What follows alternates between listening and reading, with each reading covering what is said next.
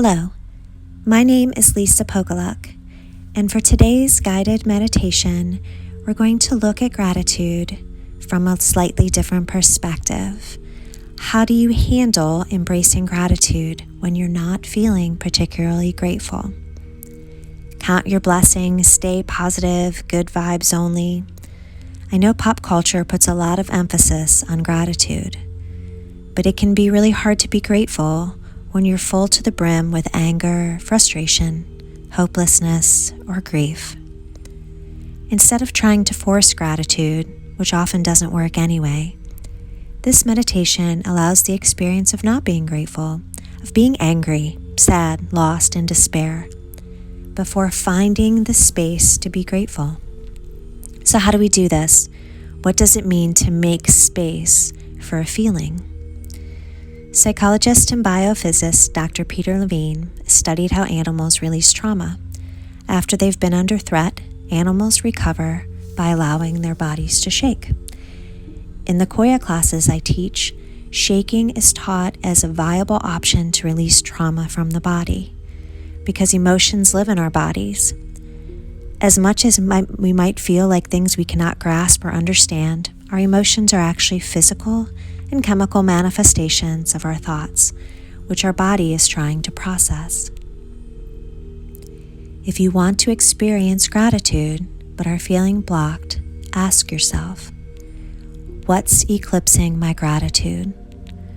What is stopping me from feeling more grateful? Try to keep the answers to feelings, like saying, I'm feeling frustrated, rather than stories like, I'm mad at my friend who won't return any of my texts and she's being passive aggressive. Really focus on the feeling that the action has created. It might help to write your answers down or say them out loud. I'm feeling lonely. I'm anxious and afraid. I just feel hopeless. Once you feel you've listed out the range of difficult emotions you're feeling, choose one and explore your body to see where in your body you're experiencing that emotion. Emotions often dwell in our chests, our throat area, our stomachs. We may feel a tightening or a fluttering. It may feel like there's a brick or a rock sitting in one of these areas. The idea is not to blast through this feeling, but simply to notice and experience it the way we would do a work of art at a gallery. Resistance can come up at this point. I don't want to feel this, it's uncomfortable. If that's happening for you, validate the resistance as an emotion too, and start there. As a Buddhist nun wisely said, start where you are. Where does that resistance live in your body? Where do you feel not wanting to feel? Observe your emotion and its accompanying sensations as you would looking at a piece of art at a museum, with curiosity, not judgmental and not trying to change it. Does the emotion feel like a texture or a color?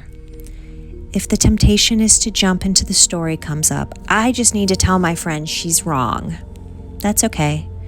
Notice it and gently put it aside, returning to the experience, the energy of what's going on.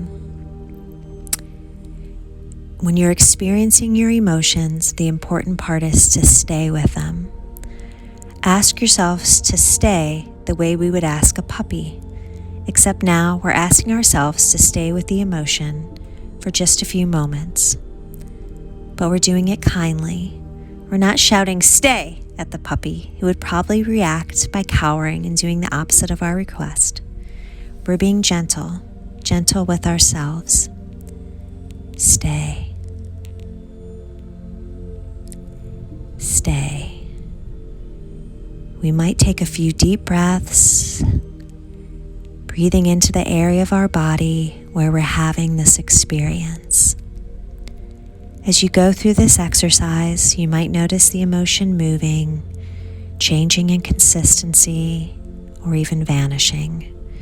This is the beauty of meditation. We see that everything we experience is impermanent and that our bodies are actually designed to process emotions. Once you've stayed with your more difficult emotions for as long as you feel called to, you might notice if a tiny space opens up for some gratitude to come in, which might simply be, I'm grateful to have the time to sit quietly. And that's it. Or you might notice the beauty of the light where you're sitting. You might experience gratitude for your health or the fact that you're safe right now and warm and comfortable in your home. Gradually, you might notice there is a room for a bit of lightness and sometimes a bit more. You might find that the longer you stay gently with your emotions, the more space there is for gratitude to seep in. It might not happen the first time you do this meditation or the fifth. Sometimes we're overflowing with other emotions that need to be seen, heard, and accepted before we can get anywhere near gratitude. But if you practice regularly, you might notice that you get to more and more of a sense of spaciousness for the difficult emotions and space for the gratitude. The difficult negative emotions might still be present. It's not easy to be alive today and not feel some source of anxiety, grief, or anger. But you might notice a widening of your circle, which also includes gratitude. And the more we practice this genuine experience of gratitude, rather than forcing it on ourselves, the more easily it comes the next time and the next time.